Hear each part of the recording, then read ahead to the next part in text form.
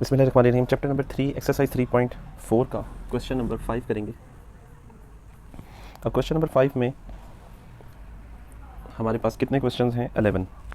ये integration sine e raise to power x 1/x plus natural log of x और फिर dx है।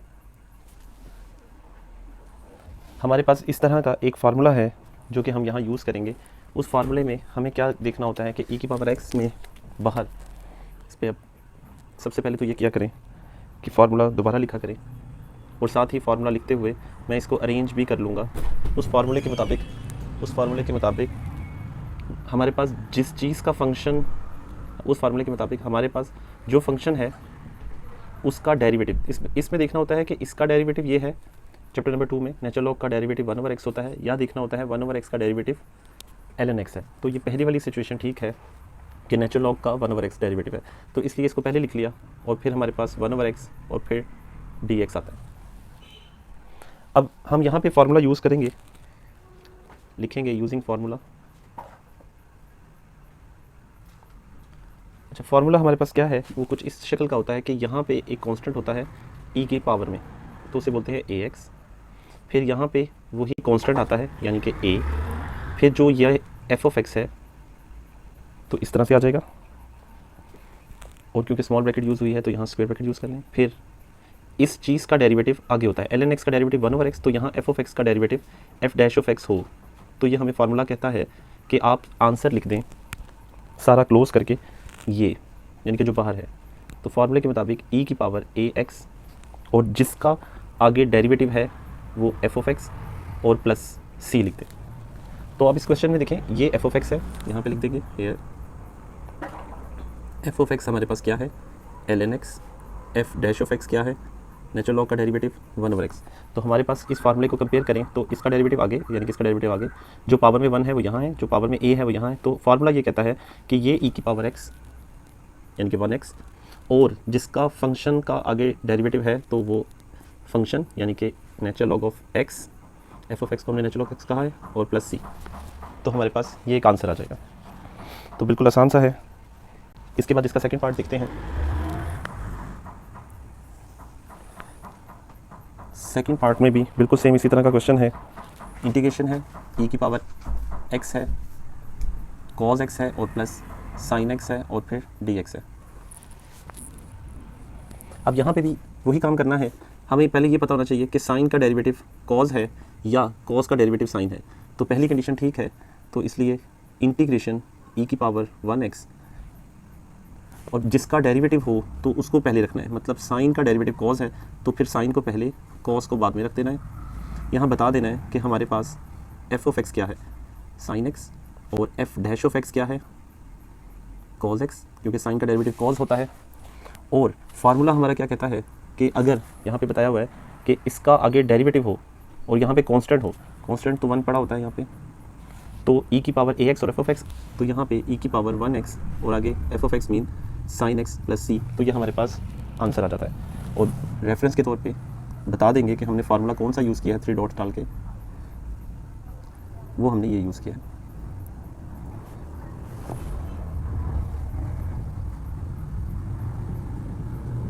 तो आंसर तो हमारा यहाँ हो जाता है, लेकिन आपने ये लिखना है जो फार्मूला है रेफरेंस के तौर पर। का थर्ड पार्ट करते हैं। Question number 5 third part. Integration दी हुई है e की power ax a secant inverse x plus 1 divided by x square root of x square minus 1 और ब्रैकेट क्लोज और dx। अब ऐसे कैसे करेंगे इसको? फिर वही बात, हमें फार्मूला क्या कहता है? फार्मूला ये कहता है कि देखना है कांस्टेंट को छोड़ के फंक्शन का आगे डेरिवेटिव पड़ा हुआ है, तो वो पड़ा हुआ है। तो जब ऐसे हो तो हम क्या करते हैं, फार्मूला देखते हैं। e की पावर ax हमारा फार्मूला है f ऑफ x, यहाँ a है plus f dash of x। अगर कोई कांस्टेंट हो और किसी फंक्शन का आगे डेरिवेटिव हो तो फार्मूला ये कहता है ये e की पावर ax और f of x plus c answer हो जाएगा। तो इसको बिल्कुल सिंपल सा है, a को छोड़ के देखें, इसका डेरिवेटिव आगे है तो इसमें बस ये बताना है कि इसमें f ऑफ x क्या है। तो f ऑफ x जो है वो सीकेंड इनवर्स x है और f डैश ऑफ x क्या है, वो आगे डेरिवेटिव पड़ा हुआ है। अगर आगे डेरिवेटिव पड़ा हो फंक्शन का तो वही फंक्शन, यानी कि a को छोड़ के, यहाँ a नहीं आया, a को छोड़ के सीकेंड इनवर्स x प्लस c आ जाता है फार्मूले के मुताबिक, और पीछे e की पावर ax, तो ये हमारे पास आंसर आ जाएगा। तो तो बिल्कुल आसान सा था, ये आपको समझ आ गई होगी। इसके बाद फोर्थ वन करते हैं। फोर्थ वन भी बिल्कुल आसान सा है, इंटीग्रेशन है e की power 3x 3 sin x minus cos x divided by sin square x और dx। जब हम इस क्वेश्चन को करेंगे तो आप देखें इस क्वेश्चन में ये दो फंक्शन होने चाहिए, यहाँ पे 1 2 3 फंक्शन है, तो पहले हम इसको दो फंक्शन में कन्वर्ट करेंगे। e की पावर 3x दो फंक्शन में कैसे कन्वर्ट हो सकता है, अगर a divide by b a plus b divide by c हो तो ये अलग अलग डिवाइड हो जाते हैं। तो यही काम यहाँ पे करने लगे हैं, sin 3x divided by sin square x और cos x को भी डिवाइड कर दिया sin स्क्वायर x से, dx ऐसे ही चल रहा है। इंटीग्रेशन sin e की पावर 3x और जब कटिंग करेंगे तो 3 डिवाइडेड बाई sin x बचेगा माइनस, इसको लिख लेते हैं cos ओवर sin।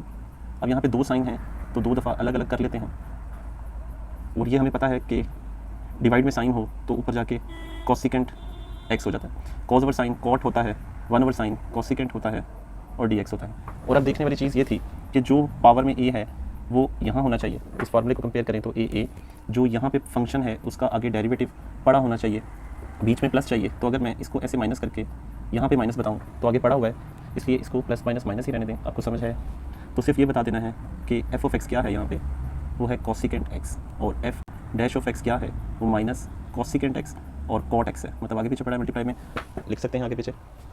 तो हम क्या करेंगे, ये वाला फार्मूला यूज़ करेंगे, e की power ax a f of x compare करें तो अब बनना शुरू हो जाता है इसका डेरिवेटिव आगे और dx। तो इस सारे का आंसर होता है e की पावर ax। ये फार्मूला कह रहा है तो हम इसका आंसर लिखना शुरू करें तो e की पावर 3x, आगे f ऑफ x फार्मूले में आता है तो यहाँ पे f ऑफ x है कॉसिकेंट, मतलब ये, और प्लस c, तो ये हमारे पास आंसर हो जाता है कि क्या ये अरेंज है। इन क्वेश्चंस में हम ये देखते आए हैं कि जो पावर में होता है a वो पहले होता है, और जो फंक्शन हो उसका डेरिवेटिव आगे होना चाहिए। तो ये पीछे पड़ा हुआ मीन इसको पहले और इसको बाद में होना चाहिए। तो पहले इसको रीअरेंज करेंगे, पहले ये लिखेंगे 2 cos x और इसको ऐसे लिख लेते हैं माइनस sin x और dx। तो अब अगर हम फार्मूला देखें तो a को छोड़ के हमारा फार्मूला ये कहता है कि अगर f of x cos x है और इसका डेरिवेटिव माइनस sin x है, और अब फार्मूला लिखते हैं, फार्मूला ये है e की पावर ax हो तो यहाँ पे a2 है, फिर a f ऑफ x हो, यहाँ पे a2 है f ऑफ x cos है, और उसका आगे डेरिवेटिव हो तो उसका आगे cos का डेरिवेटिव पड़ा भी हुआ है, ये बता दिया। तो फार्मूला ये कहता है कि e की पावर ax लिखते हैं तो हम इसका आंसर लिखेंगे e की पावर 2x। फिर f ऑफ x होता है फार्मूले में जिसका डेरिवेटिव आगे हो, मीन f ऑफ x, तो यहाँ f of x cos x है और प्लस c लिखते हैं तो ये हमारा आंसर कंप्लीट हो जाता है। तो बहुत आसान सा था, ये समझ आ गया होगा। इसके बाद हम 6 वाला करते हैं। 6 थोड़ा सा चेंज है as compare to previous one.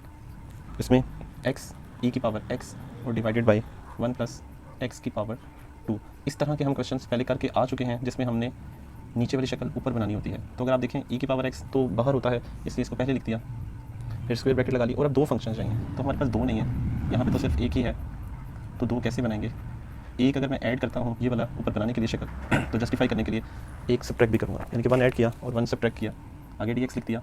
इसको अगर ब्रैकेट में कर लें तो अब दो वैल्यूज़ ऊपर हैं और एक वैल्यू नीचे है, तो इसको मैं 1x लिख रहा हूँ। इस फार्मूले से अगर कंपेयर करें तो ax होता है, और अब इसको अलग अलग करें, 1 प्लस x अलग, 1 प्लस x का स्क्वायर अलग, 1 प्लस x का होल स्क्वायर और फिर dx। एक ये कटिंग होने के बाद हमारे पास बचेगा 1 over 1 plus x minus 1 over 1 plus x का होल स्क्वायर और फिर dx। अभी तक सिर्फ क्वेश्चन को सिंप्लीफाई किया है। और अब देखें अगर a x और a f ऑफ x हो, यानी कि a कांस्टेंट x और फिर कांस्टेंट f ऑफ x हो, तो यहाँ पे f ऑफ x है हमारे पास 1 ओवर 1 प्लस x, और फार्मूला ये कहता है कि उसका आगे डेरिवेटिव हो, तो f ऑफ x का derivative minus 1 over 1 plus x का होल स्क्वायर ही होता है। वो कैसे होता है वो तो भी बताता हूँ, मतलब कि ये इसका डेरिवेटिव हो गया, तो वो अगर साइड पे कहीं देख लें डेरिवेटिव इसका, तो ये f ऑफ x, ये पावर अगर ऊपर लिख लूँ तो ये बनेगा 1 प्लस x की power minus 1। Simple power rule लगाएंगे तो हमारे पास ये आंसर आ जाएगा, पावर पहले, पावर में से एक कम, और विदाउट पावर वो 1 वो लिखने की ज़रूरत नहीं।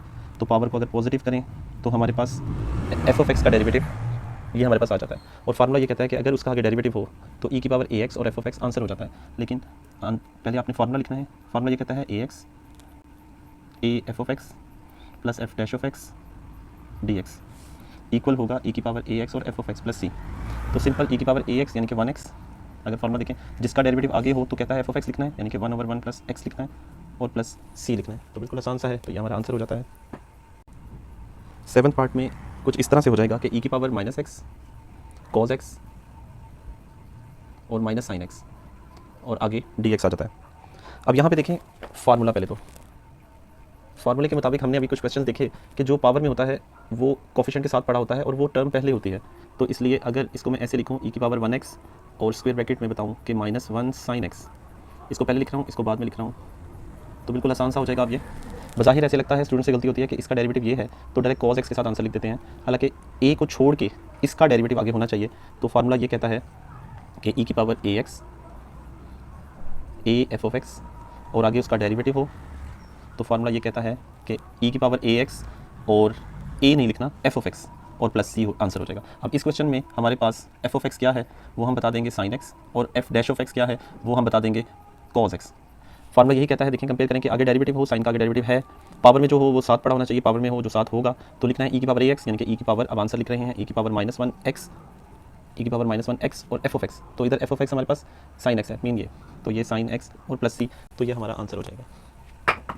फिफ्थ के 8 पार्ट में हमारे पास इंटीग्रेशन साइन है e की पावर m और पावर में ही है टेंजेंट इनवर्स x और डिवाइड में है 1 + x² और फिर dx। थोड़ा सा चेंज क्वेश्चन है as compare to previous one.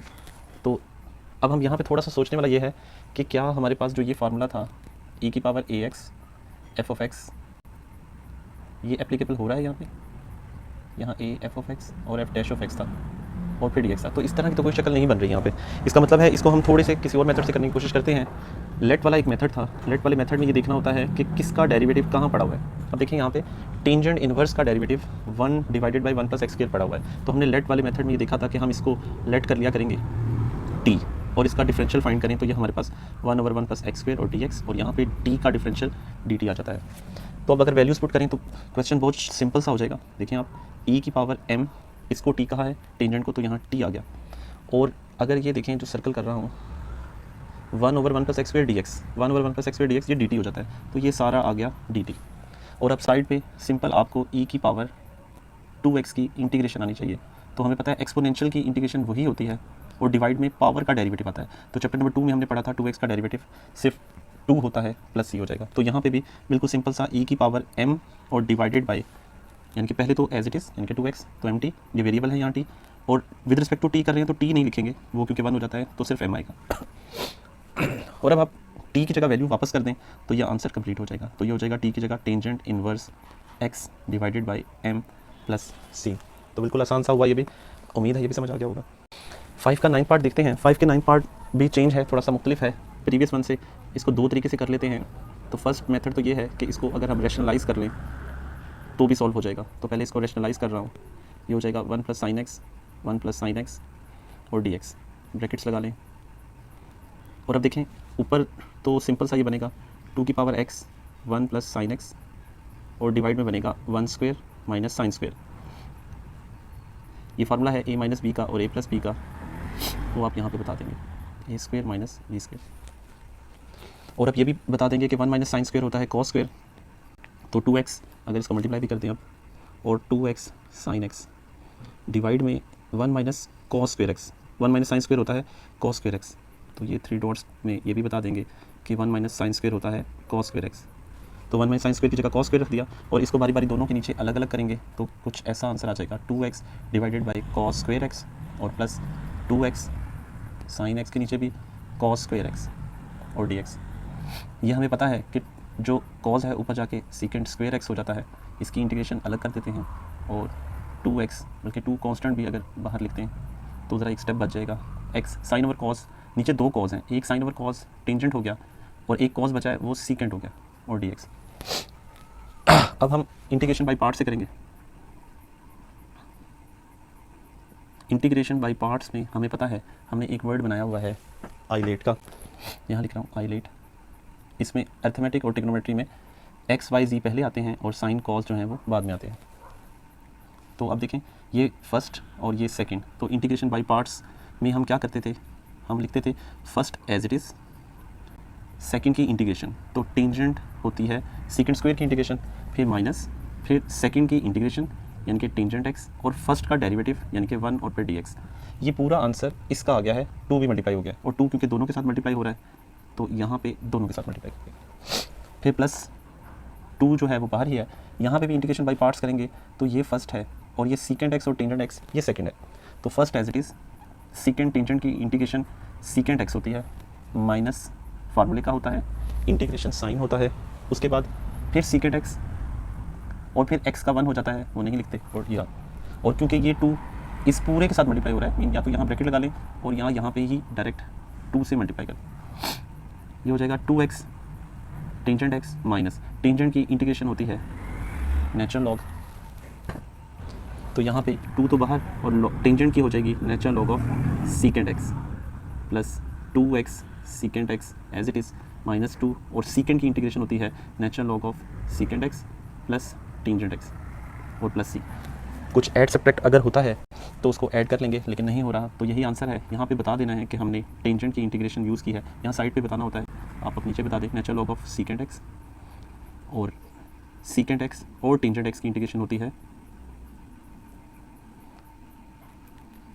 सिर्फ इसका है यहाँ पे नेचुरल लॉग ऑफ सीकेंट, तो ये हो जाएगा ln secant x plus tangent x। तो हमने ये दोनों इंटीग्रेशन यहाँ यूज़ की हैं, तो ये हमारा आंसर हो गया। अब क्वेश्चन नंबर 5 का 10 पार्ट देखते हैं। क्वेश्चन नंबर 5 के 10 पार्ट में आपको कुछ इस तरह से नज़र आ रहा है कि ऊपर है 1 + x और नीचे है 2 + x। तो हमने इस तरह के पहले क्वेश्चंस किए हैं अभी पीछे कि नीचे वाली शक्ल ऊपर बनाने की कहीं भी गुंजाइश हो तो हम वो काम कर लेते हैं, यानी कि 1 + x है, नीचे 2 + x है, तो ऊपर 2 बनाने के लिए 1 ऐड किया तो 1 सब्ट्रैक्ट भी कर दिया, यहाँ से लेके यहाँ तक अलग और यहाँ से लेके यहाँ तक अलग और dx। इसको फिर हमने ऐसे सॉल्व कर लेना है कि इंटीग्रेशन साइन e⁻x, तो ये अब सॉल्व होके 2 + x हो जाएगा और 1, और नीचे जो है वो बारी बारी इसके नीचे भी सेपरेट कर लेंगे और इसके नीचे भी सेपरेट कर लेंगे और फिर dx।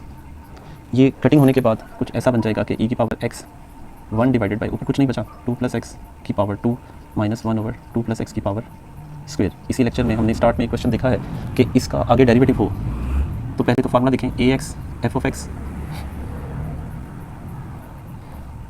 f(x) और अगर उसका आगे डेरिवेटिव हो तो हमने ये फार्मूला देखा है कि e⁻ax as it is a को छोड़ के जिसका आगे डेरिवेटिव है वो f(x + c) हो जाता है।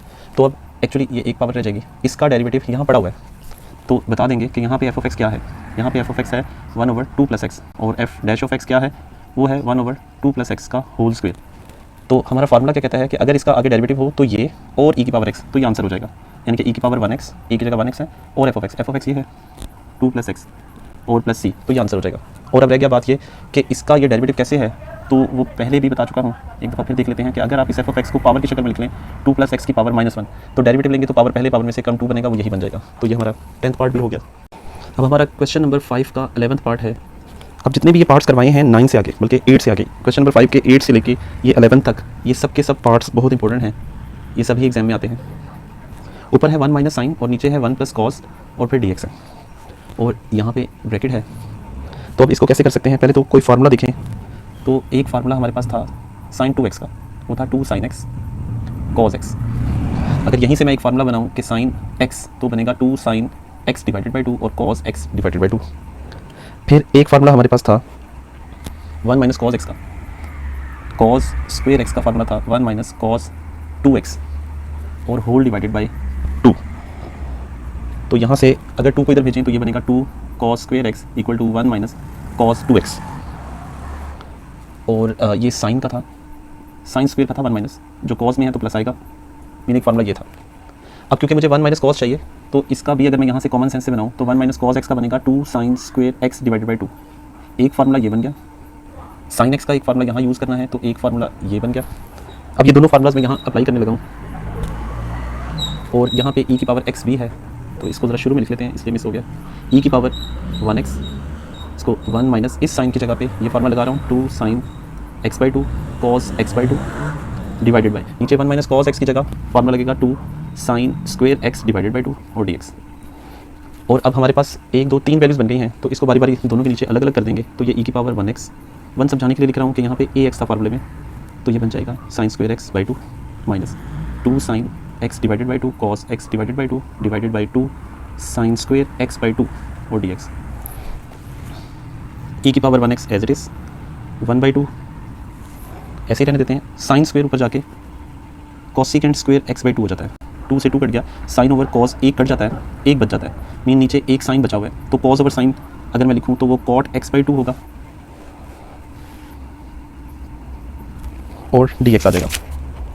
अच्छा, अब अगर इसको मैं पहले लिख लेता हूँ और इसको बाद में लिखता हूँ तो फिर देखता हूँ कि हमारा फार्मूला कैसे बन रहा है। इंटीग्रेशन साइन ई की पावर एक्स, इसको पहले लिख रहा हूँ क्योंकि इसका डेरिवेटिव ये है, तो इसको पहले लिख रहा हूँ कॉट नेगेटिव के साथ है और प्लस ये है 1/2 कोसेकेंड स्क्वायर एक्स बाई 2 और फिर डी एक्स।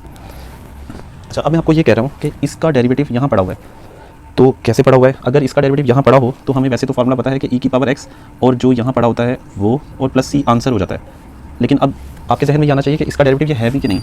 तो एफ ऑफ एक्स हमारे पास है माइनस कॉट एक्स बाई 2, इसका डेरिवेटिव क्या होगा? कॉट का होता है minus cosecant square x divided by 2 और फिर एंगल का डेरिवेटिव आता है 1/2, वो यहाँ पे। तो जब ये 1/2 शुरू में आ जाएगा तो देखिए ये शक्ल बन गई, ये बनेगा cosecant square x divided by 2। Mean इसका ये वाला जो नेगेटिव है इससे कंफ्यूज ना हो, क्योंकि पिछले क्वेश्चंस में था कि जो यहाँ पड़ा होता था वो एक्चुअली यहाँ होता था। तो कई बच्चे कंफ्यूज हो रहे थे कि यहाँ माइनस है तो यहाँ माइनस क्यों नहीं है। तो असल में ये ऐसे है और इसका जो 1 है वो बाहर है यहाँ पे, और अगर साइड पे बता देना एफ ऑफ एक्स और एफ डैश ऑफ एक्स। तो ये हमारा आंसर हो गया। उम्मीद है आपको समझ आ गई होगी।